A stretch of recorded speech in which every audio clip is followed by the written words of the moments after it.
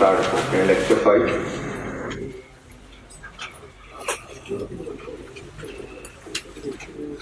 आज हम मेनली 4 काम करेंगे। पहला काम,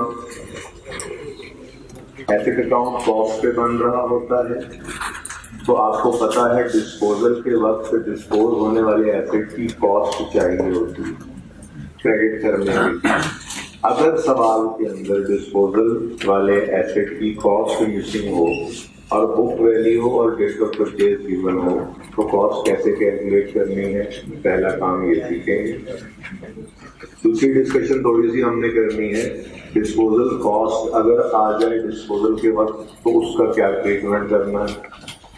तीसरी डिस्कशन हमारी होगी आज एक्सचेंज ऑफ एसेट हो, तो आपको पता है एक एसेट आ रहा होता है, एक जा रहा होता है। आने वाले एसेट की कॉस्ट को एसेट अकाउंट में डेबिट करना होता है, तो उस आने वाले एसेट की कॉस्ट को डिटरमिन करने के लिए 3 डिफरेंट सिनेरियोज हैं। वो 3 डिफरेंट सिनेरियोज को डिस्कस करेंगे और उसके बाद फिर हम चेंज इन एस्टीमेट की अकाउंटिंग सीखेंगे। ठीक है, चेंज इन एस्टीमेट की बात हमने पहले लेक्चर में की थी थोड़ी सी, उसकी अकाउंटिंग सीखेंगे जितना भी टाइम एंड पे बन गया उसके लिए। एक क्वेश्चन हो सकता तो, ठीक है। तो स्टार्ट करते हैं लेक्चर। कल जैसे आपसे शायद बात की थी मैंने कि आज तक जितना पढ़ रहे हैं हम 5वें लेक्चर तक, ये कतई सिर्फ इंट्रो की रिवीजन नहीं है। FR1 का जो IAS 16 का क्वेश्चन बनेगा, नोट का क्वेश्चन जो बनेगा, उसके अंदर बिल्कुल एडिशन की एडजस्टमेंट भी वो डालता है, डिस्पोजल की भी डालता है। वो चाहे एक्सचेंज का डिस्पोजल की एडजस्टमेंट डाले, चाहे वो सिंपल डिस्पोजल डाले, डिस्ट्रक्शन वाला डाले। चेंज इन एस्टीमेट की भी एडजस्टमेंट हुआ करती है अक्सर, और फिर एक एडजस्टमेंट रिवैल्यूएशन की भी होगी और नोट बन रहा होगा। तो इसलिए आज ये चेंज भी 5वां लेक्चर मैंने इसीलिए किया ताकि कल जो वीकेंड है इसमें आप ये 5 के 5 लेक्चर्स एक सिटिंग में बैठ के कर लें। जितना इन लेक्चर नोट्स के अंदर है ये मैक्सिमम भी आपके, अगर आप नियत से बैठ के टाइम बाउंड करके खुद को मोबाइल को साइड पे ऑफ करके रख के करेंगे काम, तो ये 3 घंटे से ज़्यादा का काम नहीं है। आप एक ही सिटिंग में बैठ के ये 500 लेक्चर्स को कर लेंगे तो इंशाल्लाह आपकी ये फाउंडेशन मजबूत हो जाएगी। मंडे को जो चेंज इन एस्टीमेट की थोड़ी सी डिस्कशन यहाँ पे आपको जो होमवर्क दे के भेजूंगा वो करने के बाद मैक्सिमम आधा घंटा लग जाएगा, उसमें 40 मिनट्स लग जाएंगे। उसके बाद हम रिवैल्यूएशन मंडे को स्टार्ट करेंगे। ठीक है जी, तो स्टार्ट करते हैं आज का लेक्चर। सबसे पहली बात डिटरमिन करनी है। अच्छा, एक छोटी सी बात और भी लिखी हुई है लेक्चर के अंदर, ये भी हम स्टार्ट में बात ही यहीं से शुरू कर लेते हैं कि नॉर्मली पॉलिसी आपकी गिवन होती है डेप्रिसिएशन की। डेप्रिसिएशन की पॉलिसी नॉर्मली क्या होती है, मंथली डेप्रिसिएशन का वो कहता है कि full month depreciation is charge in the month of addition, while no depreciation is charge in the month of disposal. Normally ये लिख दिया करता है, लेकिन अगर वो ना भी लिखे, ठीक है, खामोश भी हो, तो हम मंथली बेसिस के ऊपर ही डेप्रिसिएशन लिया करते हैं। तो 5 मिनट लगेंगे मैक्सिमम, ये बात भी डिस्कस कर लेते हैं। Full month depreciation is charged in the month of addition.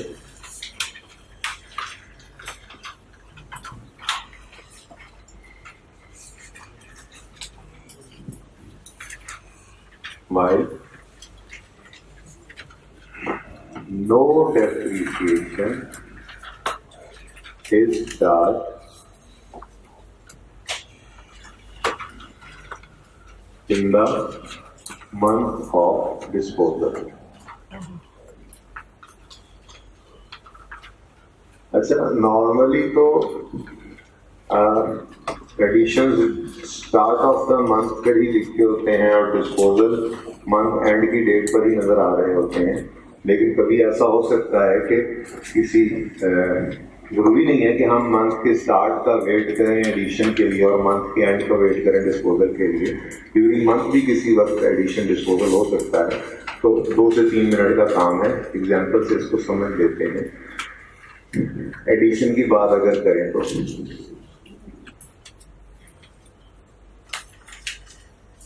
Assume कर लें, कोई भी ईयर एंड अज्यूम करते हैं। Year and is 31st December 2015, let's say। ये एग्जाम्पल है, ठीक है।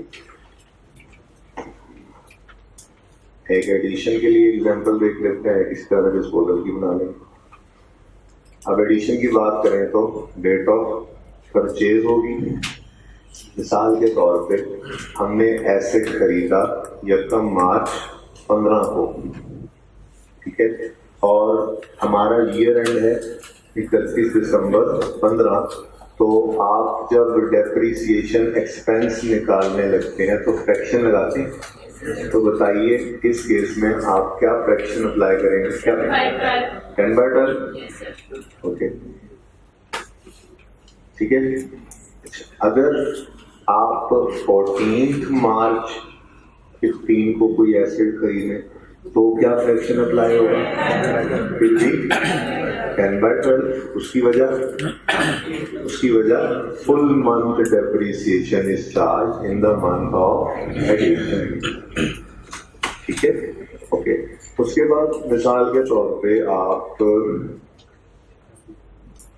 30 मार्च को कोई एसेट खरीद, आप तो बहुत करीब चला गया इस मंथ एंड के, आप अब कम कर दें, एक मंथ कम कर दें?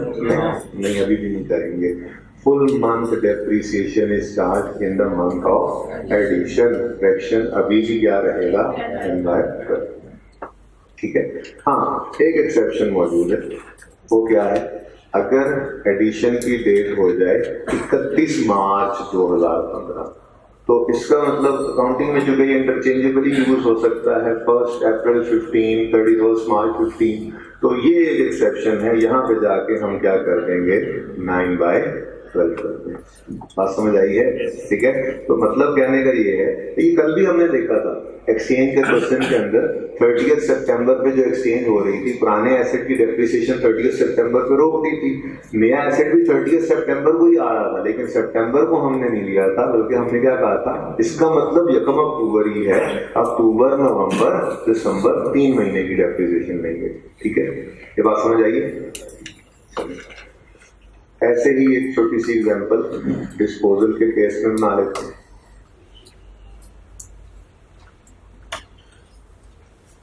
डिस्पोजल अज्यूम कर लेते हैं कोई year and. Assume year and is 31 दिसंबर 2018, साल के तौर पे 31 दिसंबर 18 हमारा ईयर एंड था, और डेट ऑफ सेल अब हमारे लिए रेलेवेंट है। अगर हम 1 मई 2018 को एक एसेट बेच दें, तो आप जो डेप्रिसिएशन एक्सपेंस की वर्किंग कर रहे होते हैं, कैलकुलेशन कर रहे होते हैं, उसके अंदर आप क्या फ्रैक्शन लगाएंगे? मई को नहीं देते आप, ठीक है। आप क्या कहते हैं जी? No depreciation is charge in the month of disposal. तो हम डेप्रिसिएशन को अप्रैल तक रोकेंगे 4/4। चलिए, अगर ये 17 मई 2018 को हो जाए तो no depreciation is charge in the month of disposal, fraction 4/12। अपने का नहीं जी, 29 मई को अगर कर दें तो फिर no depreciation charge in the month of disposal.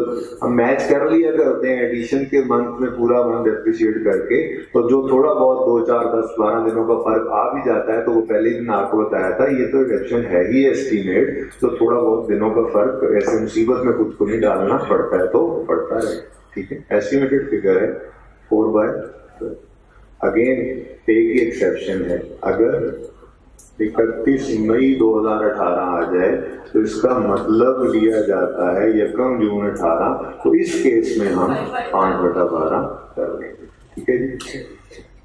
तो ये पहली एग्जाम्पल है, टिक कर लें। पॉइंट 1 जो आपके लेक्चर नोट्स में नजर आ रहा है, determining date of addition of disposal if asset is purchased or disposed during a month using an example in the class। कोई ये एग्जाम्पल है, ठीक है जी।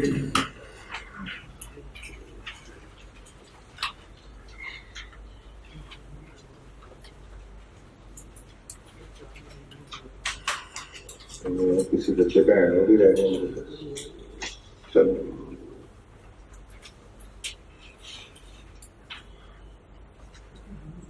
नोट्स तो नहीं करूँगा, जल्दी से करें, 1 मिनट आपके। कल वाले लेक्चर के अंदर होमवर्क पे आए और होमवर्क में क्वेश्चन नंबर 1 पे आए और क्वेश्चन नंबर 1 मुझे भी दिखाएं। चलो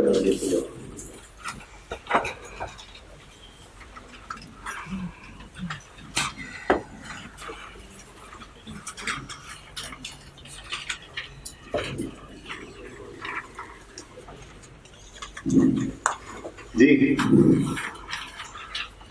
सबके पास है हैंड आउट कल वाला? क्वेश्चन नंबर 1 होमवर्क का है सबके सामने। क्वेश्चन पढ़ रहा हूं आपके लिए। The following information is available in respect of machines of Umar Akmal and Kamran Akmal brothers. अच्छा जी, द बैलेंसेस सबके सामने है question. The balances of cost, ये पास्ट पेपर का क्वेश्चन है। The balances of cost and accumulated depreciation of machines as on 1 January 17 were 800,000 and 333,000 respectively। Asset account cost show कर रहा है, एक्यूमुलेटेड डेप्रिसिएशन अलग से अपना बैलेंस शो कर रहा है। इसका मतलब एसेट अकाउंट किस पे बना हुआ है? बनेगा नहीं, बना हुआ है ऑलरेडी। एसेट अकाउंट किस पे बना हुआ है? एक्यूमुलेटेड डेप्रिसिएशन अलग नजर आने का मतलब क्या होता है? एसेट अकाउंट कॉस्ट पे बना हुआ है। अगर एसेट अकाउंट कॉस्ट पे हो और एसेट डिस्पोज हो जाए तो डिस्पोजल वाले एसेट की क्या चीज एसेट अकाउंट से निकाला करते हैं? क्योंकि उसकी पड़ी हुई क्या होती है वहां पे? कॉस्ट। और अगर कभी बुक वैल्यू अवेलेबल हो, कॉस्ट अवेलेबल ना हो, तो क्या वो बुक वैल्यू ही निकाल देंगे? नहीं, हम फिर वो सवाल आगे नहीं चला सकते जब तक कि डिस्पोजल की कॉस्ट हमारे पास अवेलेबल ना हो जाए। ठीक है, एडजस्टमेंट 2 पढ़ते हैं। A machine acquired on 1 जनवरी 2014, तो 3 साल पहले की बात है, एक मशीन खरीदी थी having a net book value of 31935 on 1 जनवरी 17। वो मशीन जो हमने 1 जनवरी 14 को खरीदी थी उसकी हमारे साल के शुरू में बुक वैल्यू WDV है 31935, was sold for 34,000। ये उसकी सेल प्रोसीड आ गई। 31,935 इसकी WDV आ गई। ऑन 30 अप्रैल 17 हमारे साल में बिक गई है। कॉस्ट ऑफ डिस्पोजल भी है 5,000, इसको एंड पे देखते हैं। अब मुझे ये बताएं, 31,935 इस एसेट की कॉस्ट है ना? क्या है? WDV से तो काम नहीं चलेगा। क्यों नहीं काम चलेगा?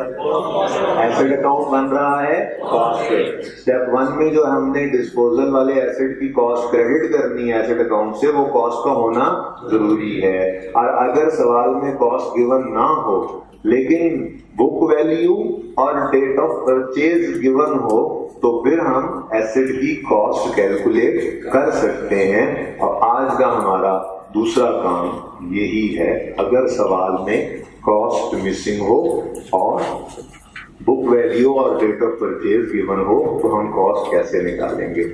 तो ये आज का पहला काम किया। आज का दूसरा काम calculation of cost if book value and date of purchase is given. देखिए जी, बुक वैल्यू का होना भी जरूरी है और डेट ऑफ परचेज का होना भी जरूरी है। क्वेश्चन जब हम ये काम कर लेंगे तो आप देखेंगे डेट ऑफ परचेज ना होती तो हम कॉस्ट निकाल ही नहीं सकते। ठीक है, सही है।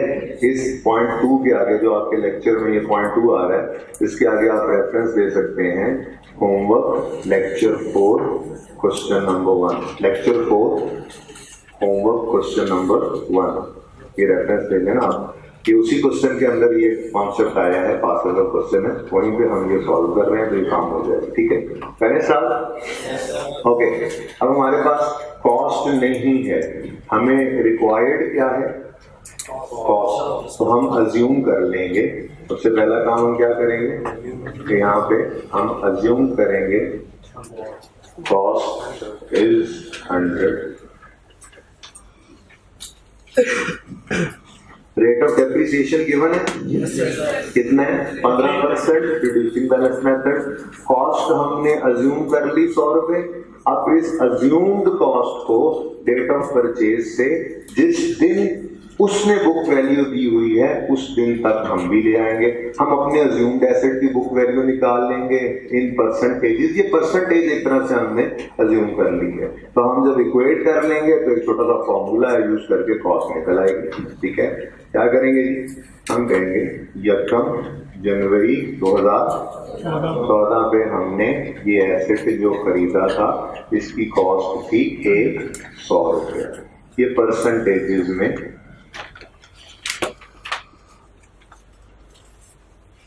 हम कैलकुलेट कर लेते हैं। हमने अज्यूम कर लिया 100%, 100 रुपया। ठीक है, ये 100 रुपये परसेंट ये हमारा एक एसेट है।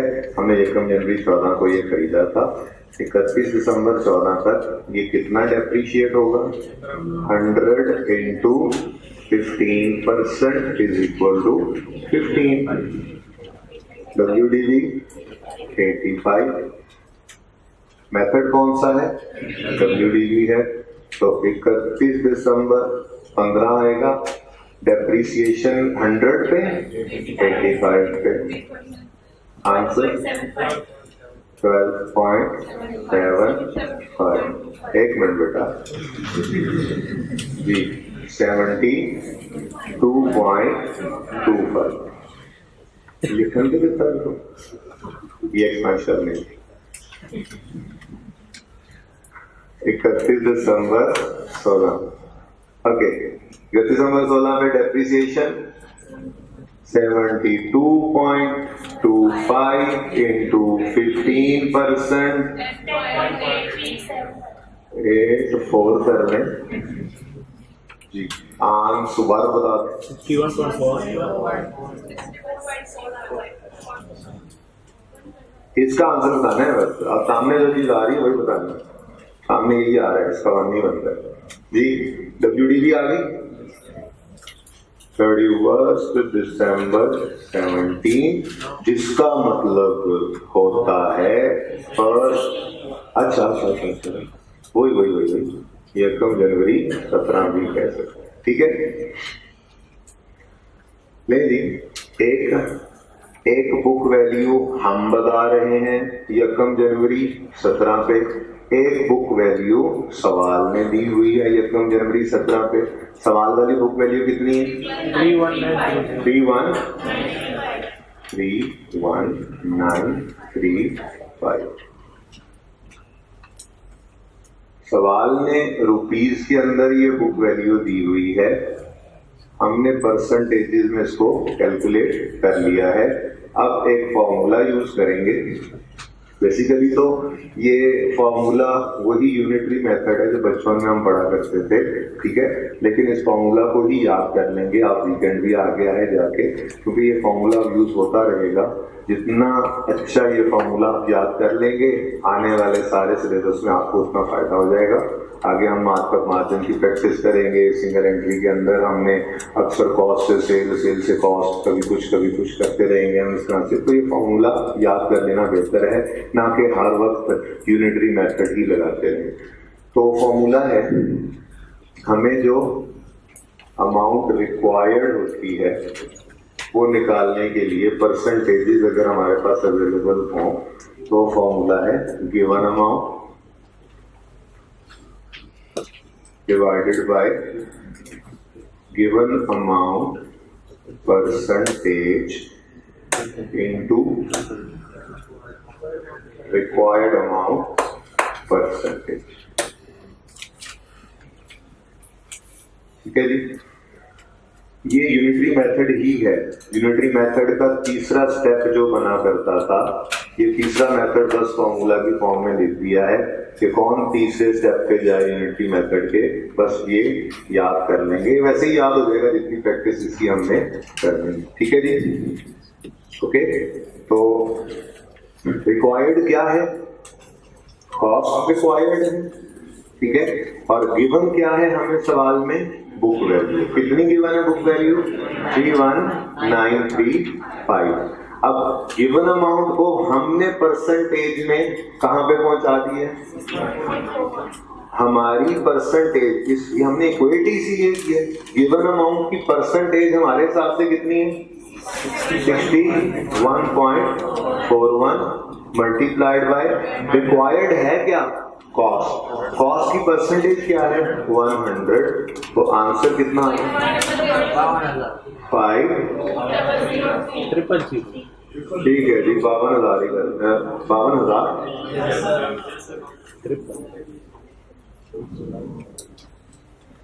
52,000। ठीक है, राउंड कर दिया मैंने।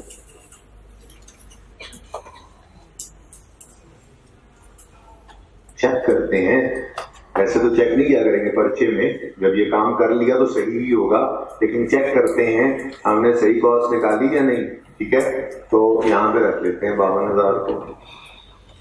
52,000 पहले साल डेप्रिसिएट करें 7800। 52,000 पे रेट पर 15% लगा ना, 7800 आ गया।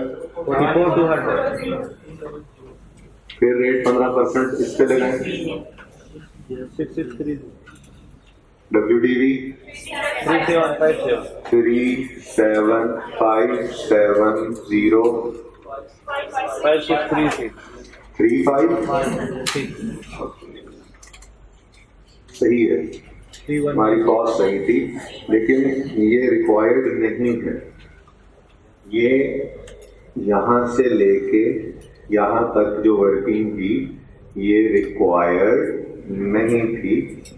सिर्फ हमने जरा पहली दफा देखा ये काम को, अंडरस्टैंडिंग ली, पूरी तरह से प्रूव किया कि क्या वाकई कॉस्ट सही निकली हुई, क्या वाकई 52,000 वाला एसेट 1 जनवरी 14 से 31 दिसंबर 16 तक डेप्रीशिएट हो तो उसकी बुक वैल्यू 31,935 ही आती है। 15% WDV से भी डेप्रीशिएट हो तो, और प्रूव हो गया है, आंसर ठीक था हमारा। ठीक है जी, चले 12 हम तो बात कर रहे थे कि डिस्पोजल के लिए हमें कॉस्ट की जरूरत थी, क्योंकि जर्नल एंट्री डिस्पोजल की क्या होती है? देखें जरा बोल में, जर्नल एंट्री तरह बोल में, जर्नल एंट्री डायरेक्ट बोला करें, पहले उसमें फिगर सिंपल डिस्पोजल है ना, एक्सचेंज तो नहीं है।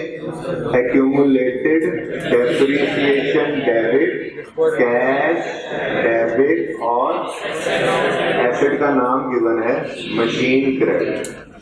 ठीक है, अब मसला ये था, जब सवाल शुरू किया तो मसला ये था कि हमारे पास मशीन की कॉस्ट नहीं थी। ठीक है, हमने मशीन अकाउंट को मशीन की कॉस्ट से क्रेडिट करना था, तो हम इसको वर्किंग का रेफरेंस दे देंगे। ये जो भी वर्किंग आपकी चल रही होगी क्वेश्चन के अंदर, वो वर्किंग के रेफरेंस से आपके पास 52,000 आ गया, तो एसेट अकाउंट क्रेडिट हो गया 52,000। ठीक है, सही है।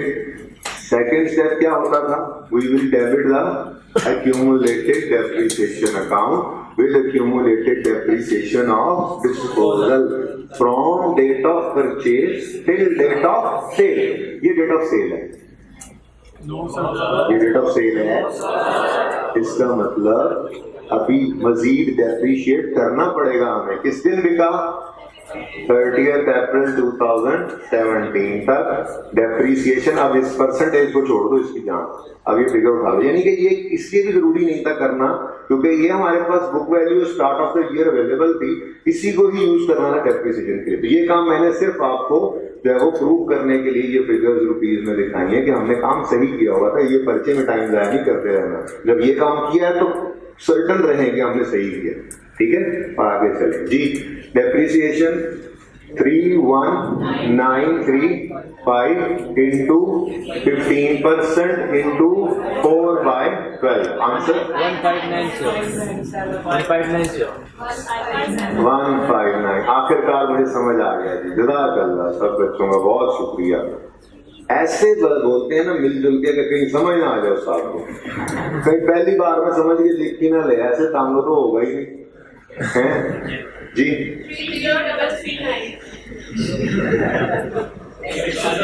मुझे इसका आंसर कहना है, हाँ अपने कैलकुलेटर का आंसर बच्चों ना दिया करें प्लीज। बेटा कोई बात नहीं, ठीक है, खैर कुछ भी नहीं होता इससे, आनों टकों से कुछ नहीं होता। ओके, अब हमें चाहिए एक्यूमुलेटेड डेप्रिसिएशन जी। Accumulation 52,000 cost minus 30,338 WDV is equal to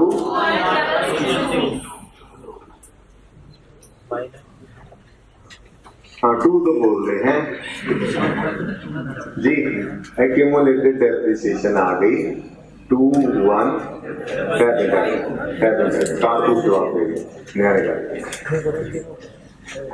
ji 2,1,662 accumulated depreciation आ गया। Okay, step 3 we will record cash sold for 34,000। अच्छा अभी नोट ना कीजिएगा, मैंने ये चेंज कर देनी है एंट्री, ठीक है। ओके 34,000 डेबिट कर दिया कैश में। बैलेंसिंग नजर किस तरह आ रही है, चेक क्रेडिट साइड पे। ओके कितना, ओ गेन आ गया, profit and loss account. Note ना कीजिएगा प्लीज, क्योंकि मैंने ये चेंज कर देना है, मुझे ये एंट्री इस तरह से पसंद नहीं है। बाहर पहले कॉन्सेप्ट ले ले, उसके बाद फिर शॉर्टकट की तरफ चलते हैं। ये अभी एंट्री डिस्पोजल की कॉस्ट मिसिंग थी, निकाल ली हमने। चल अब एक एडिशनल बात,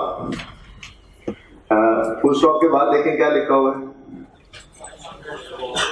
कॉस्ट ऑफ डिस्पोजल है 5,000, एक्सपेंस है ये, आप क्यों कह रहे हैं डिस्पोजल कॉस्ट।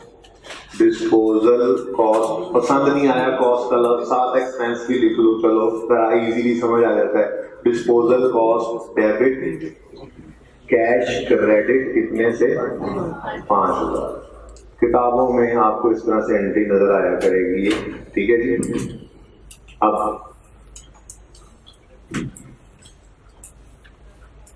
ये क्या है, गेन कितना 3,662, ठीक है जी। और ये क्या है, एक्सपेंस कितना 5,000। तो हमें 3,662 का गेन हुआ, इनकम हुई, और उसी वक्त में 5,000 का एक एक्सपेंस भी हुआ, उसी डिस्पोजल पे गेन हुआ, उसी डिस्पोजल पे ये एक्सपेंस हुआ। नेट करें 1,338 का, फिर हमें नेट में लॉस ही हो रहा है ना एक तरह से। इसी दिन हमने डिस्पोज करके एसेट कमाया 3,662, गेन आया हमें, और ये डिस्पोजल करने पर हमें 5,000 का एक्सपेंस भी करना पड़ा। तो फिर नेट में हमें क्या हो रहा है कि डिस्पोजल कॉस्ट होती क्या है। मिसाल के तौर पे आपने ये एसेट बेचने का इरादा किया, ये एसी बेचने का इरादा किया, ये एसी आप बरकत मार्केट में बेचने के लिए ले गए, तो बरकत मार्केट में इसकी कीमत लगी 45,000 रुपए, ठीक है जी। अब आपको किसी ने वहां पे बताया कि अगर आप इसको ठोकर न्याज बेग जाके बेचेंगे, वहां पे डिमांड ज्यादा है, यही एसी आपका 55,000 का बिक जाएगा। आपने कहा अभी बेवकूफी होगा जो ये फायदा ना ले, चलो इसको ठोकर ही जाके बेच देते हैं। लेकिन ठोकर लेकर जाने के लिए आपको वो जो पिकअप है उसको 2,000 रुपए पे करना पड़ा।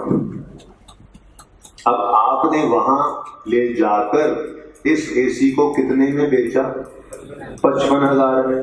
लेकिन आपको वहां ये ले जाने के लिए कितनी कॉस्ट इनकर करना पड़ी? 2,000। इस 2,000 को कहते हैं डिस्पोजल कॉस्ट। ठीक है, तो आपके जेब में नेट में कितने पैसे आए? 53,000। ठीक है, अब असल में तो किताबों में एंट्री इस तरह से मिलती है, अलग से उन्होंने डिस्पोजल कॉस्ट रिकॉर्ड की हुई है, लेकिन इसका एक आसान तरीका भी है। वो आसान तरीका क्या है? इधर देखिए, आप जो कैश आपको डिस्पोजल पे आया है कितना? 34,000, इसको ही आप नेट कर लें। फिर 34 मेरे जेब में नहीं आया, 34 में से 5,000 तो मैंने डिस्पोजल कॉस्ट इनकर कर दी, तो नेट में मुझे कितने मिले जी? कितने? 29,000 नेट में मिले। तो अब एंट्री क्या हो जाएगी? चेंज होकर अगर आप बैलेंसिंग निकालें, ये जो बैलेंसिंग निकला हुआ था, जहन में वो नेट वाली फिगर रखनी है जी। डेबिट क्या हो रहा है? कितना? 1338। यही नेट में आपका एक्सपेंस आ रहा था ना। तो आप प्रॉफिट एंड लॉस अकाउंट में बैलेंसिंग फिगर वो 5,000 और 3668 का जब आप नेट कर रहे थे, तो यही आपको लॉस आ रहा था ना। तो ये एंट्री आप करेंगे ही।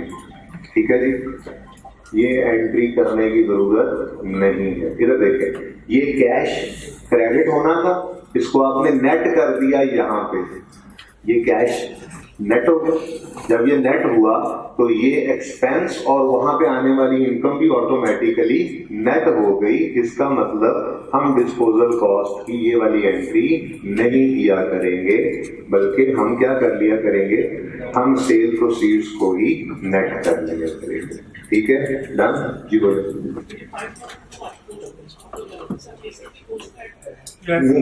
कॉस्ट ऑफ डिस्पोजल बेचने के वक्त कॉस्ट आएंगे, इसको क्यों एसेट की कॉस्ट में ऐड करें? नहीं, वो डिस्पोजल कॉस्ट नहीं, शायद आप उसको कह रहे हैं डिसमेंटलिंग कॉस्ट से कंफ्यूज कर रहे हैं।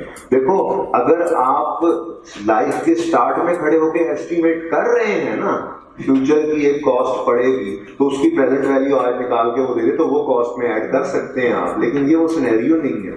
ये एसेट की लाइफ के स्टार्ट में एस्टिमेट नहीं है कि it is estimated that at the end of its useful life ये एसेट उखाड़ने पर इतनी डिस्पोजल कॉस्ट, इतनी कॉस्ट आ जाएगी, तो ये डिस्पोजल कॉस्ट लाइफ के स्टार्ट में अगर आप अज्यूम कर रहे हैं, तो एसेट की कॉस्ट में ऐड भी करें, डेप्रिशिएट भी करें। वो सब्सिक्वेंट एक्सपेंडिचर है, उसका रूल डिफरेंट है। उसमें हम कहते हैं अगर वो कॉस्ट एसेट की लाइफ प्रोडक्टिविटी एफिशिएंसी आउटपुट बढ़ा दे तो एसेट की कॉस्ट का पार्ट बनाओ, और अगर मेंटेन रखे तो एक्सपेंस आउट करो, वो भी डिफरेंट है।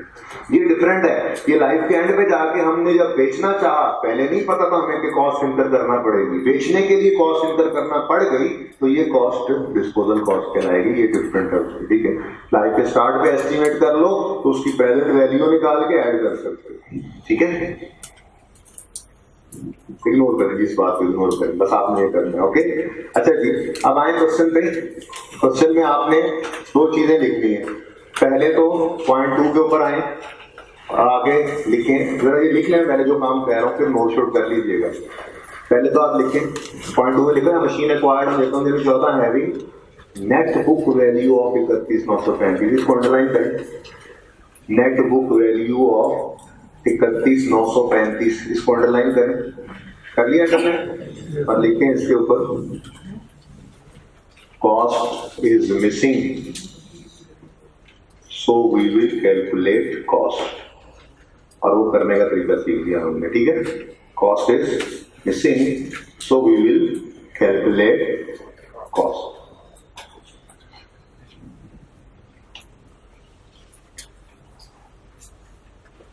ओके, ठीक हो गया। उसके बाद अगली लाइन में लिखा हुआ है cost of disposal incurred was 5,000। Cost of disposal को अंडरलाइन करके इसके साथ उर्दू में लिखने, हम इसका क्या किया करेंगे लिखने। वैसे तो असल एंट्री भी की थी हमने, लेकिन अब आसानी की तरफ चलेंगे। ठीक है, हम डिस्पोजल कॉस्ट जब भी आएगी ना सवाल में, तो हम उसका क्या करेंगे, लिखें। हम डिस्पोजल की जर्नल एंट्री में सेल प्रोसीड्स में से डिस्पोजल कॉस्ट को नेट करके लिखा करेंगे। हम, हाँ तो बोलता हूँ अगली बार बदल जाना है सर। हम डिस्पोजल की जर्नल एंट्री में सेल प्रोसीड्स में से डिस्पोजल की कॉस्ट को नेट करके लिखा करेंगे, ठीक है। और नेट करने से गेन लॉस खुद ही नेट होके आ जाता है ना, तो अलग एंट्री करने की जरूरत नहीं पड़ा करेगी। हम नेट डिस्पोजल लेंगे। आसान करके समझ लें इस बात को, समझ नहीं आई तो मैं समझा देता हूँ दोबारा। आगे समझ, कुछ बच्चों कह रहे हैं दिल में नहीं, समझा ही दो। मिसाल के तौर पे एक एसेट है जिसकी एक्यूमुलेटेड डेप्रिसिएशन है 20, कैश रिसीव किया है हमने उसके लिए 30, और उस एसेट की कॉस्ट थी लेट्स से 60।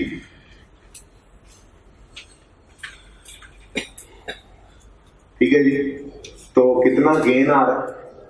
10 रुपीज का गेन है, ठीक है। बैलेंसिंग फिगर हमने निकाली, सही है।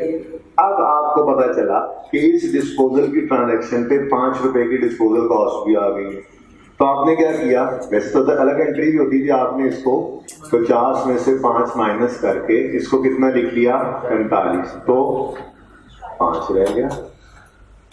तो 10 का गेन आए और 5 का एक्सपेंस रिकॉर्ड हो तो नेट में प्रॉफिट एंड लॉस में 5 ही आता है ना, तो हम सेल प्रोसीड्स को नेट कर लेंगे, हमारा डिस्पोजल जो गेन है या लॉस है वो खुद ही नेट होकर आ जाएगा। ठीक है जी, क्लियर है? तो जी तब भी कैश को ही 45 लिख लें। अलग एंट्री भी हो सकती है, वो भी करके दिखाई है, और अलग एंट्री करनी है तो वो देखिए अलग एंट्री हुई पड़ी है, ठीक है। लेकिन अगर बेहतर यही आसानी है इसमें बहुत ज्यादा, जब भी डिस्पोजल कॉस्ट आए आप सेल प्रोसीड्स को ही नेट कर लें, तो फिर गेन लॉस वैसे ही सही आ जाएगा। किसी को कंफ्यूजन तो नहीं है? चले, ये बात यहाँ पे लिखी नहीं हुई थी कि calculation of cost of book value कहते हैं, cost it is missing and book value and date of purchase is given. ये बात लिखी हुई थी, इसी के साथ ऐड भी करने एक और बात भी हमने छोटी सी डिस्कस कर दी, ट्रीटमेंट ऑफ डिस्पोजल कॉस्ट, वो भी हमने बात कर ली। ठीक है जी,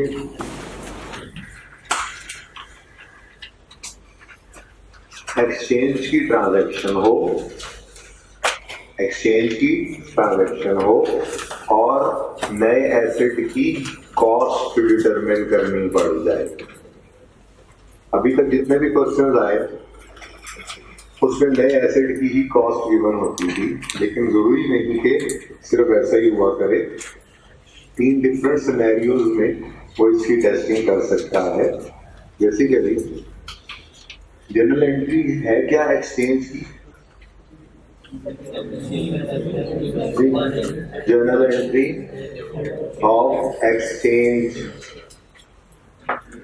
बोले जी। Accumulated depreciation debit, asset account debit new की कॉस्ट से, और चलो प्रॉफिट एंड लॉस में इस तरह भी डेबिट ही करते हैं, लॉस ही रख लो। उसके बाद एसेट अकाउंट क्रेडिट होल्ड की कॉस्ट से, और कैश अकाउंट क्रेडिट। तो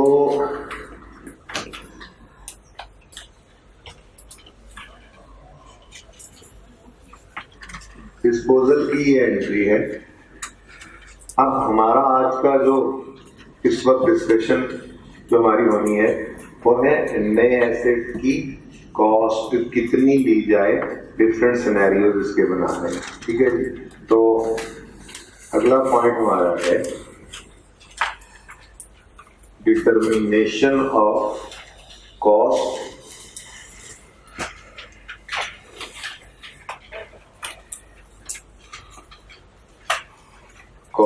of new asset in an exchange transaction। सब कुछ लिखा हुआ है, कुछ लिखने की जरूरत नहीं है, सिर्फ समझिए please.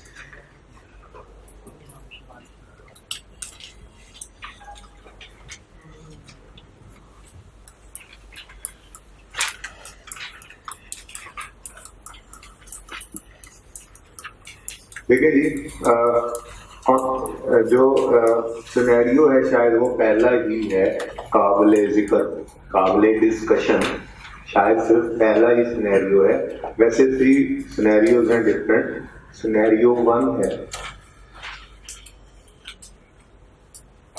If fair value of both का मतलब क्या है? ओल्ड और न्यू, एक्सचेंज की ट्रांजेक्शन है ना, एक पुराना एसेट एक नया asset. If fair value of both assets is given. अच्छा, इसको एग्जांपल से समझते हैं, ठीक है, कि हमने कॉस्ट कैसे डिटरमिन करनी है। बेसिकली मैं पहुंचना चाह रहा हूं कॉस्ट ऑफ न्यू एसेट क्या होगी, तो ये आप लोग ही बताएंगे मुझे, मैं एग्जांपल में कुछ कहता लेने लगूं, ठीक है जी। देखिएगा,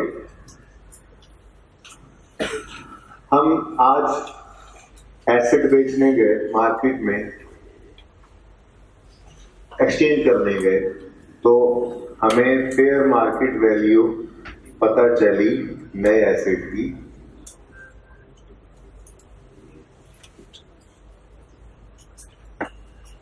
55 रुपीज। मिलियन कह लो, तकलीफ हो रही है तो, ठीक है। 55 रुपए का हम जो एसेट लेने गए मार्केट में, उसकी फेयर वैल्यू कितनी है? 55 रुपए, ठीक है जी। अच्छा, और हम एक्सचेंज करने जब गए तो हम अपना एसेट भी लेकर गए। फेयर मार्केट वैल्यू हमारे पुराने एसेट की थी इस दिन 45 रुपए, ठीक है जी।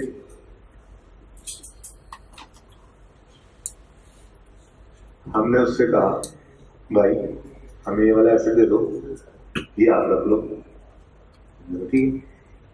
मैंने कहा आपके एसेट की आज की मार्केट वैल्यू है 55 रुपए, हमारे वाले की है 45 रुपए, तो 10 रुपए ऊपर दे देते हैं। सॉरी 20 रुपए लो।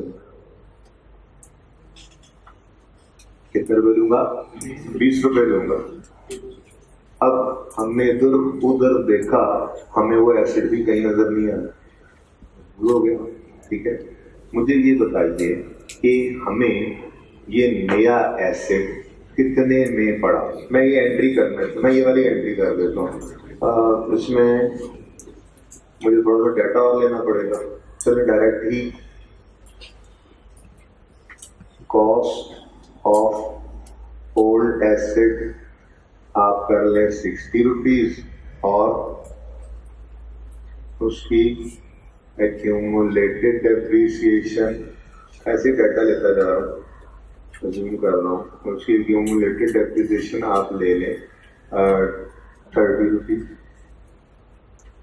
ठीक है। तो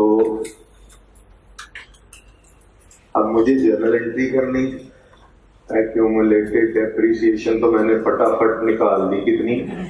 ये डिफरेंट होना चाहिए वैसे मेरे ख्याल से। ये अगर 25 कर लें, कितना? 35 कर लें, बहुत कम हो, 35 कर लें तो कितना आएगा? दोनों का डिफरेंस कितना? 25 एक्यूमुलेटेड डेप्रिसिएशन आ गई होगी, ठीक है जी। एसेट अकाउंट न्यू की कॉस्ट से डेबिट होना है, वो अभी मुझे नहीं पता, उसी की तो लड़ाई है फिलहाल, अभी देखते हैं उसमें क्या आता है।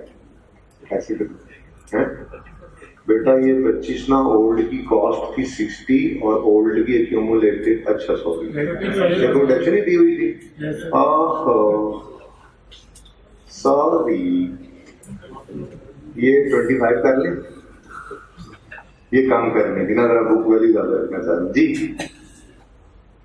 मैंने कहा अभी मैं उड़ा के रख दूंगा, तुम्हें भी पता ये कहां से आया 25, लेकिन वो मैं ही गलत था, सॉरी जी। मैं वो बुक वैल्यू समझ रहा था और मैं एक्यूमुलेशन निकाल रहा था, ओके जी। अच्छा जी सुने, एक्यूमुलेटेड डेप्रिसिएशन डेबिट हो गया, ठीक है। एसेट डेबिट होना है, अभी नहीं किया मैंने। उसके बाद एसेट अकाउंट क्रेडिट भी होना है, ओल्ड की कॉस्ट से क्रेडिट होना है, बोलो अच्छा जी। ओल्ड की कॉस्ट कितनी है? बोले 60 नजर आ रही है, कैश कितना पे किया आपने? कैश पे किया है 20। अब नए की कॉस्ट आएगी तो ही जर्नल एंट्री पूरी होगी ना, हमारा क्वेश्चन यही है। ठीक है, अब मुझे ये बताएं, ये नया एसेट हमें कितने में पड़ा? 55 में? हाँ, 45 में, 20 में। देखें ध्यान से, अकाउंटेंट बन के नहीं सोचना, ये एक मैंगो मैन भी बता सकता है, एक आम आदमी भी बता सकता है कि ये नया एसेट हमें कितने में पड़ा। असल में ना किताबों के अंदर शायद ये सिनेरियो इस तरह से एक्सप्रेसली नजर नहीं आता, लेकिन स्टैंडर्ड के अंदर कॉस्ट डिटर्मिनेशन की जब बात करता है, जब कॉस्ट डिटर्मिनेशन की बात करता है तो पहली बात ही यही कर रहा होता है, वो कहता है कॉस्ट ऑफ एसेट क्या है? वो कहता है कॉस्ट ऑफ एसेट है कैश पेड या fair market value of any consideration in kind. बस समझे हो? कैश पेड तो फिर तो सीधी सीधी बात है, नया एसेट खरीदा, मेरी 60 रुपए देके एसेट खरीद लिया, वही उसकी कॉस्ट है। लेकिन अगर हमने एसेट जो खरीदा नया उसकी पेमेंट कैश में सारी नहीं की, बल्कि कोई चीज इन काइंड भी दे दी है, तो फिर स्टैंडर्ड कहता है जो चीज आपने दी है उसकी कंसीडरेशन, वो उसकी फेयर वैल्यू आपकी कंसीडरेशन होगी। ये बात समझ आ रही है? लॉजिकल भी है। हम जब नया एसेट खरीदने गए तो हमने क्या कुछ खोया? हमने 20 रुपए भी जेब से निकाल के दिए और हमने अपना वो एसेट भी दिया जिसकी उस वक्त मार्केट में वैल्यू कितनी थी? 45 रुपए। इसका मतलब कि कॉस्ट ऑफ न्यू एसेट होती है fair market value of old asset, fair market value of old asset plus minus cash. ठीक है जी, ये बात समझ आई है? हमने नहीं क्या ना, हमें 55 का एसेट पड़ा, हमें कहां 55 का पड़ा एसेट, हमें तो एसेट इफेक्टिवली 45 हमने वो खोया जो हम इस बंदे को एक्सचेंज में ये एसेट ना देते, मार्केट में बेचते तो हमें मिलना था। 45 हमारा हो गया और 20 हमारे जेब से कैश भी गया, तो हमें टोटल 45 जमा 20 ये एसेट पड़ गया 65 रुपए में। बात समझ आ गई है तो हाथ खड़ा कर दें।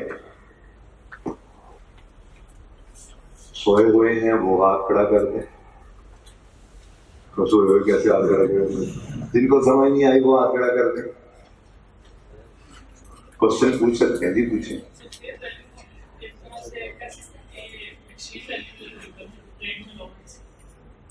देखें, कह सकते हैं, कह रहे फिलहाल जो मैं समझा रहा हूँ वो समझ में जी सही है, बिल्कुल ठीक है, कह सकते हैं जी। हाँ सही है, नहीं बात इतनी गलत भी नहीं है भाई, ये बात समझ आई है। हमने ये कैलकुलेशन छोटी सी परफॉर्म की इस डेटा से, ठीक है। बात समझने की क्या है, अगर फेयर वैल्यू दोनों की गिवन है या fair value of old asset is given, दोनों सूत्रों में हमें कौन सी, हमारे लिए कौन सी रेलेवेंट है। यानी आप यूं कहें, अगर प्रेफरेंस लिस्ट बनाई जाए, फेयर वैल्यू सारे जहान की फेयर वैल्यूज दी हुई है, ठीक है जी, तो प्रेफरेंस हमारी होगी सबसे पहला नंबर किसका, fair value of old asset. सबसे सही तो ट्रांजैक्शन यहां पर पता लगेगी ना, हमारे पास ये चीज थी, हमारे पास वाली चीज की मार्केट की वैल्यू इतनी थी, ये हमने पे कर दी। हमने जो ये एसेट दिया, पैसे तो हम नहीं ले रहे, तो फिर इसकी फेयर वैल्यू वो क्या है, हमारी कंसीडरेशन। ठीक हो गया, तो सही है। तो सिनेरियो 1, अगर दोनों एसेट्स की फेयर वैल्यू गिवन हो, ठीक है, या फेयर वैल्यू सिर्फ ओल्ड की भी गिवन हो, दोनों सूत्रों में ही हमें कौन सी फेयर वैल्यू चाहिए, ओल्ड। तो कॉस्ट ऑफ न्यू एसेट कैसे निकलेगी, fair value of old plus minus cash. तो यहां पे क्या आएगा, 65। ठीक है जी, बता देंगे लॉस कितना आता है। गेन है लॉस है? लॉस आ गया, गेन आ गया। कितना? 10 रुपए का गेन आ गया। प्रॉफिट एंड लॉस अकाउंट में बैलेंस शीट। ये सवाल कहीं लिखा हो, बस वैसे डाटा आता जा रहा है, बनता जा रहा है। ठीक है बेटा, इससे कंफ्यूज ना होते रहना, ढूंढते ना रहना सवाल। ठीक हो गया?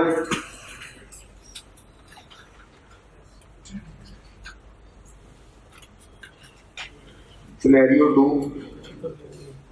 बहुत सिंपल, सिनेरियो 3 बहुत सिंपल, डिस्कशन लाइक था ही यही बस। ठीक है, सिनेरियो 2 क्या है? If fair value of only new asset is given, इधर देखिएगा सब तवज्जो से, then cost of new asset is equal to fair value of new asset, that's it. Cost of new asset क्या कहलाएगी? Fair value of new asset. यानी कि हमारी इसी एग्जांपल में अगर ये फिगर गिवन ना हो, अगर सिनेरियो 2 हम क्या कह रहे हैं, सिर्फ fair value of new given है, fair value of old given नहीं है, तो ऐसी सूरत में हमारी इस जर्नल एंट्री में कॉस्ट ऑफ न्यू एसेट क्या होगी? 55। बात समझ आ रही है? तो कॉस्ट ऑफ दूसरा नंबर लगता है, फिर बल्कि ये नाम लिखने की जरूरत नहीं, समझ आ गया। ठीक है, बुक वैल्यू फेयर वैल्यू दोनों की गिवन हो तो हम किसकी फेयर वैल्यू लेंगे? ओल्ड की। और अगर सिर्फ न्यू की गिवन हो तो न्यू की ही ले लेंगे। ठीक है, ओल्ड की तो है ही नहीं, अगर ओल्ड की तो पहली प्रेफरेंस ही उसी की थी। ठीक है जी। और तीसरा सिनेरियो है if fair value of both assets is not given, लेकिन दोनों की ही फेयर वैल्यू गिवन नहीं, तो ऐसी सूरत में मजबूरी क्या है? फेयर वैल्यू तो है नहीं, तो कोई एक चीज तो फिर भी एक चीज तो ऐसी है जो हमारे पास बहरहाल है, वो क्या है? पुराना एसेट हमारे पास पड़ा, उसको खरीदा होगा तो उसकी कॉस्ट भी है, उसको डेप्रिशिएट कर रहे हैं तो उसकी क्यूमुलेटिव डेप्रिसिएशन भी है। तो भाई पुराने एसेट की बुक वैल्यू तो हमसे कोई नहीं ना छुपा सकता, वो तो हमारे पास ही पड़ा है ना। तो भाई अगर फेयर वैल्यू दोनों की ही नहीं गिवन तो आखिरी दर्जे में, इसको कहते हैं ट्रांजैक्शन लैग्स कमर्शियल सब्सटेंस। ठीक है, दोनों की ही फेयर वैल्यू गिवन नहीं है, तो फिर एक काम तो हो सकता है, एसेट पुराना तो हमारे पास है, उसकी बुक वैल्यू तो हमारे पास मौजूद है ना। तो ऐसी सूरत में कॉस्ट ऑफ न्यू एसेट कैसे निकालेंगे? ये देखें, book value of old asset plus minus cash. ठीक है जी, कह रही है बात। तो डिस्कशन लाइक यही थी। अब तीसरा सिनेरियो यहां फिट करें तो कैसे बनता है? इधर देखें, ना 45 गिवन ना 55 गिवन, ना 45 अभी नहीं सवाल, एक मिनट, ना 45 गिवन ना 55 गिवन, तो फिर दोनों की फेयर वैल्यू नहीं है। एक्सचेंज तो कर लिया हमने एसेट, जब एक्सचेंज कर लिया है तो फिर एक चीज तो गिवन, यहां से WDV कितनी आती है? 35 प्लस कैश कितना पे किया? 20। ये कितना आ गया? तो महज इत्तेफाक है, फिगर कोई और होनी चाहिए थी लेकिन मुझे नहीं पता था, मैं यूं लिख दूंगा। बहरहाल ये महज इत्तेफाक है कि 55 बराबर आ गया है। ये जरूरी नहीं है कि बराबर आए, कैश 15 हो सकता है, कैश 25 हो सकता है, डिफरेंट हो जाएगा ना। ठीक है, इसको कंफ्यूज नहीं करना, इसलिए मैं मिटा रहा हूँ। ठीक है, ये नहीं कि ये हमेशा फेयर वैल्यू के बराबर आएगा, नेवर। ठीक है, वो बस इत्तेफाक हुआ है कि 20 रुपए इधर थे और 35 वहां पे आ गया तो 55 ही आ गया, कहें तो बदल देता हूँ। ठीक है जी, तो ये 3 सिनेरियोस थे, टिक कर लें। Determination of cost of new asset in an exchange transaction, 3 scenarios हैं। अच्छा, इसमें एग्जांपल 1 आप रहने दें, ये कंप्लीट नहीं है, थोड़ी सी जरा इनकम्प्लीट है, इसीलिए मैंने डाटा यहीं से यूज कर लिया। ठीक है जी, क्वेश्चन लीजिए। समझ नहीं आ रही? हाँ तो फिर क्या करूँ मैं, अब अपने आप को हटा के कैसे लिखूं? इसीलिए मैं पहले ये साइड करता हूँ, फिर उस तरफ जाता हूँ। गुजारा करें, दुनिया गुजारे कीजिए।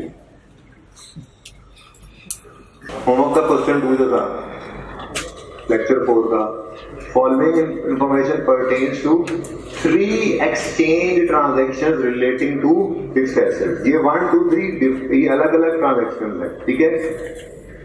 डाटा क्या था गिवन है, कैश रिसीव्ड और पेड गिवन है। फिर एसेट गिवन अप के बारे में original cost, book value, estimated fair value given है, और एसेट रिसीव्ड यानी न्यू एसेट की फेयर वैल्यू गिवन है। एडिशनल इंफॉर्मेशन है उसमें, बस अंग्रेजी थोड़ी सी मुश्किल कर दी है इसलिए पढ़ाना चाह रहा था। कहता है इन केस ऑफ ट्रांजैक्शन 1, अब 1 को पढ़ना है तो फिर 2 3 को नहीं पढ़ना, ठीक है। In case of transaction 1, fair value of both assets are reliably measurable। यानी यूं कहना चाह रहा है कि फेयर वैल्यू दोनों की गिवन है, जिसको हमने गिवन कहा था उस तरह मुश्किल अंग्रेजी में लिख दिया, रिलायबली मेजरेबल है दोनों। हाँ जी, दोनों की फेयर वैल्यू रिलायबली मेजरेबल है। तो ऊपर जाके देखो, एक है 8.5, एक है 7.1। 7.1 नए एसेट की फेयर वैल्यू, 8.5 पुराने। कॉस्ट ऑफ न्यू निकालने के लिए कौन सी फेयर वैल्यू लोगे? ये है इस एंट्री में ये फिगर लिखने की बात है, सारी लड़ाई इसकी है। यहाँ पे क्या करोगे, 8.5 लोगे और प्लस माइनस कैश कर दोगे, ठीक है। सही हो गया। सिनेरियो 1 ये ट्रांजैक्शन 1 ओवर ट्रांजैक्शन 2 पे आए, डाटा सेम गिवन है। नीचे क्या कहता है, in case of transaction 2 fair value of asset received यानी न्यू की इज क्लियरली मोर एविडेंट। का मतलब वो ये कहना चाह रहा है, यूं कह ले कि गिवन ही किसकी है, न्यू की। तो अगर सिर्फ न्यू की ही गिवन है तो दूसरे केस में 9 ही हमारी कॉस्ट होगी, ठीक है, कोई एडजस्टमेंट नहीं करनी पड़ेगी। तीसरे केस में गए, एडिशनल इंफॉर्मेशन कहता है in case of transaction 3 fair value of neither asset is reliably measurable. दोनों की ही फेयर वैल्यू गिवन है, लेकिन रिलायबली मेजरेबल का मतलब क्या है, वो नहीं है गिवन ना, ठीक है। रिलायबल एस्टिमेट नहीं है ना ये, ठीक है। तो दोनों की ही फेयर वैल्यू नहीं गिवन, तो फिर मजबूरी हो गई है। एंड पे होमवर्क लिख के खाली जगह छोड़ी गई है, यहाँ पे अब आप जाके अज़राए करम वाओ मेहरबानी लिखें।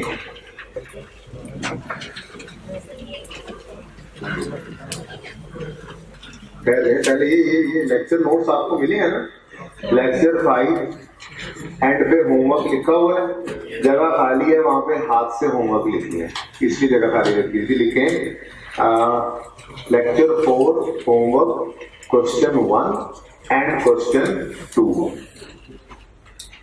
फिर कर लेना भाई। Lecture 4 homework question 1 and question 2 दोनों ही पास पेपर के क्वेश्चन हैं। अगर क्वेश्चन 2 पे एक नजर दौड़ाएं तो आई कैप में जरा मुश्किल अंग्रेजी लिखी हुई है, उससे परेशान नहीं होना, पढ़ लेते हैं जरा जल्दी से 1 मिनट के अंदर अंदर। पहले सवाल पढ़ लें, फिर नोट करने के लिए 1 मिनट देता हूँ। अच्छा, पिछले सवाल की बात जरा एक छोटी सी रहेगी वैसे ही। पिछले सवाल में गेन और लॉस ऑन डिस्पोजल निकालना था क्वेश्चन 1 में, निकालना ना, जर्नल एंट्री से निकालेंगे या अकाउंट से? हाँ, जर्नल एंट्री से नंबर नहीं मिलने मेरे चांद। देखो जरा रिक्वायरमेंट जाके, रिक्वायरमेंट है प्रिपेयर फॉलोइंग लेजर्स, बहते हुए लेजर्स बनाइए pertaining to machine for the year 31 December 17। Cost, accumulated depreciation, gain loss on disposal। ऊपर हेडिंग कह रहा है प्रिपेयर फॉलोइंग लेजर्स, और गेन लॉस का भी लेजर मांगा है। जर्नल एंट्री करके आओगे तो नंबर कोई नहीं, ओके, ठीक है।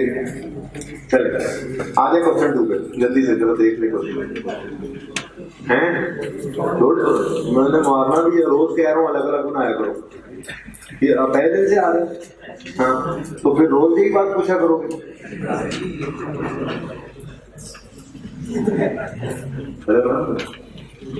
ये भाई साहब क्लास में सुनते ही नहीं है जो मैं बातें करता हूँ।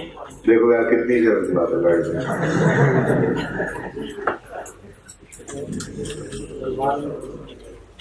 वाले समझ आ रही है? वो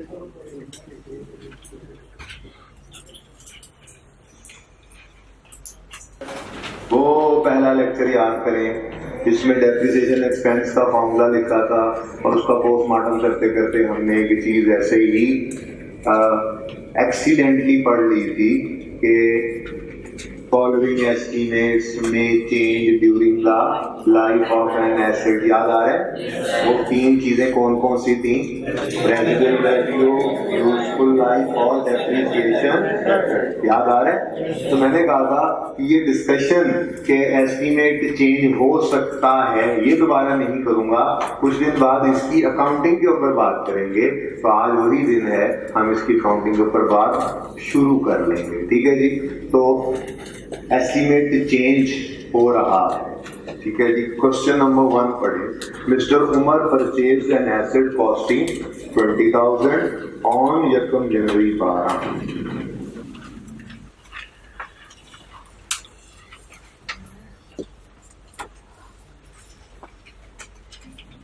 आज की आखिरी बात है ये। नंबर कौन सा इसका?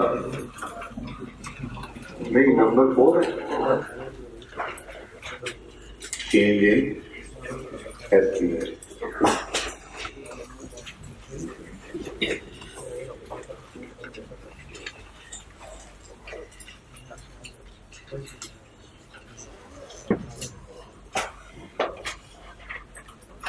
हमने यानी उमर ने किस दिन एसेट खरीदा? यकम जनवरी 12 पे। और उसकी यूजफुल लाइफ कितनी है? नहीं, यूजफुल लाइफ कितनी है? 10 साल। 1 2 3 4 5 6 वक्त में कब तक कम होती जा रही है, क़यामत के नजदीक जाते जा रहे हैं। 7 8 9 और 10। Year 1 2 3 4 5 6 7 8 9 और 10। ये 10 साल है इस एसेट की यूजफुल लाइफ। कितने का खरीदा हमने? 20,000 उमर ने। रेजिडुअल वैल्यू भी है इसकी 2,000। अगर डेप्रिसिएशन एक्सपेंस निकालना चाहो जो बचपन में फॉर्मूला पढ़ा था तो वो है cost minus residual value over useful life 10। कितनी बनी? 1800। 1800 पहले साल की डेप्रिसिएशन आई, 1800 ही दूसरे साल की डेप्रिसिएशन। यानी हम जैसे वर्किंग किया करते थे जी। यकम जनवरी 12 को हमने एक एसेट खरीदा, इसकी कॉस्ट थी 20,000। फिर हमने 31 दिसंबर 12 तक इसको डेप्रिशिएट किया। तो फॉर्मूला होता था cost minus residual value over useful life 1800। याद है इसी फॉर्मेट पे दोनों डेप्रिसिएशन मेथड आपको करवाए थे। WDV कितनी आई?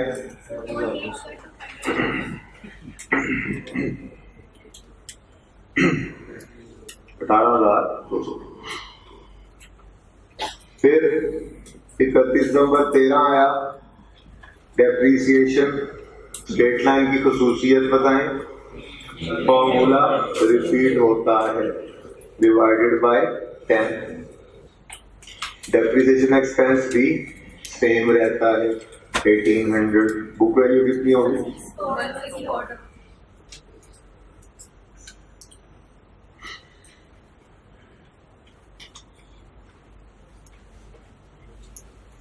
यहां पे हम मौजूद हैं। ठीक है जी। यही सवाल में लिखा हुआ था, पढ़ते हैं जरा। Mister Umar purchase an asset costing 20,000 on 1st January 2012. Life of asset is 10 years and its residual value is 2,000. तो ये काम मैंने दूसरे साल पे रोका क्यों? क्योंकि मैंने आगे सवाल पढ़ा हुआ था, आपने नहीं पढ़ा था। अब आगे पढ़ते हैं। कहता है ऑन यकम जनवरी 2000 on 1st January 2014 तो 31 नंबर 13 तक में आया हूं ना, इसलिए तो मैं रुक गया हूं, यहाँ पे वो गड़बड़ थी। ठीक है, आपको पता ही है यकम जनवरी 14, 31 नंबर 13, यकम जनवरी 14 एक ही बात है ना, तो इसीलिए मैं यहाँ पे रुक गया था, क्योंकि यहाँ कुछ गड़बड़ है सवाल में। क्या हुआ, कहता है ऑन यकम जनवरी 14 it is estimated that it's remaining life is on the. भाई यहाँ पे अगर आप खड़े होंगे, आप हैं, ये आप लोग खड़े हैं यहाँ पे, तो वैसे यहाँ पे कितनी रिमेनिंग लाइफ थी?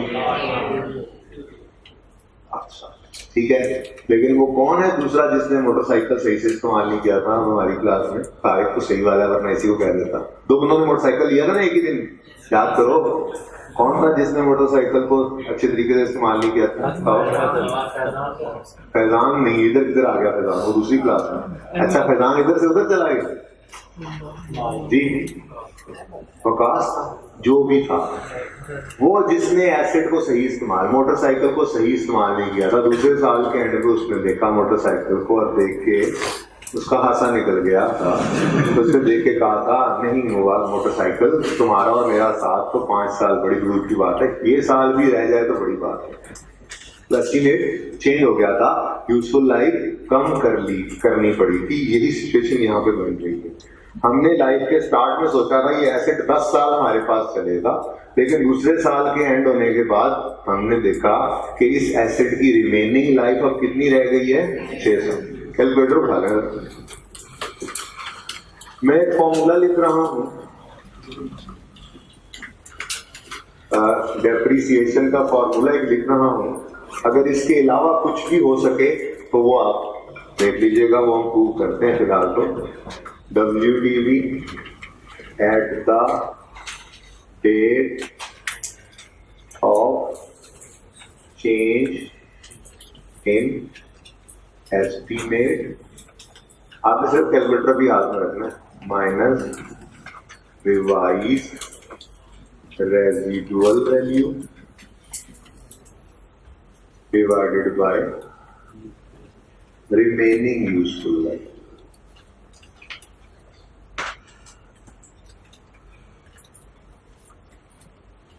मैं ये कह रहा हूं आपसे कि अगर एस्टीमेट कोई सा भी चेंज हो जाए तो डेप्रिसिएशन का फॉर्मूला ये बन जाता है।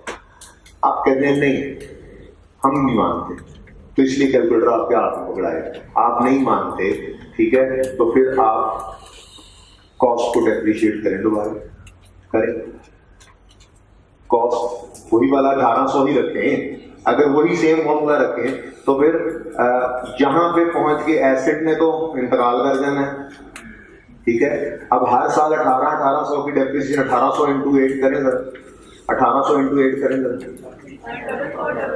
14,400 की डेप्रिसिएशन हुई है अभी तक, एसिड खत्म हो गया, डेप्रिसिएशन करनी है आपने 18,000 की। इसका मतलब अब आप कॉस्ट को तो ले नहीं सकते। आप कहेंगे नहीं नहीं कॉस्ट तो आपने लिया पर पूरी लाइफ पे लिया, हम रिमेनिंग लाइफ पे लेते हैं, तो रिमेनिंग लाइफ पे ले ले। आप कॉस्ट माइनस रेजिडुअल वैल्यू वही 20 माइनस 2 18 डिवाइडेड बाय 6 करें, 3000 यहां तक हो चुका है। 1 2 3 4 5 6 दिया 18 जमा 3600